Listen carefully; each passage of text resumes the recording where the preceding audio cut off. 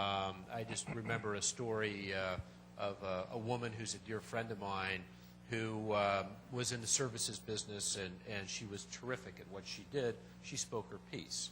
At the end of the day, the CEO sat down with her and told her she wasn't a team player. Okay? The reality was that half the company was insecure and scared by her success. So what you're going to find with diversity candidates is there are going to be agendas, okay? And there are going to be people who, for whatever reason, may be out to push them to the side. And those are issues that if you don't help them address those issues, they're going to end up leaving. This woman quit. She said, you know, I don't need to be here. I'm going to go to someplace else where I don't have to worry about the insecurity of the leadership of this company. So as you're going through these programs, make sure that's such a critical component, because these people are talented and they have plenty of options. And if you don't help them manage through the vagaries of some of that back channeling, you're going to lose them. Well, I think it's indicative of, you know, I look at my career and most of the steps along the way, I had very, very good mentors.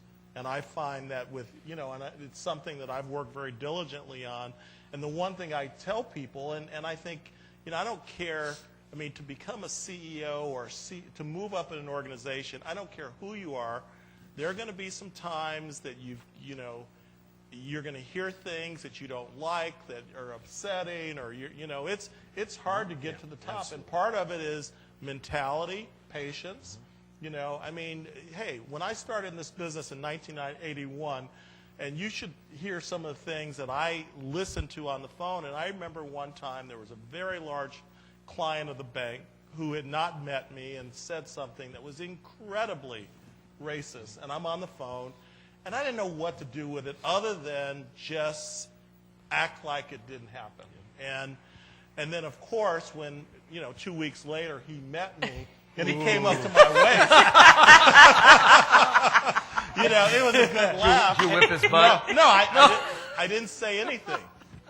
But everybody and all my bosses said, God, what was wrong with him?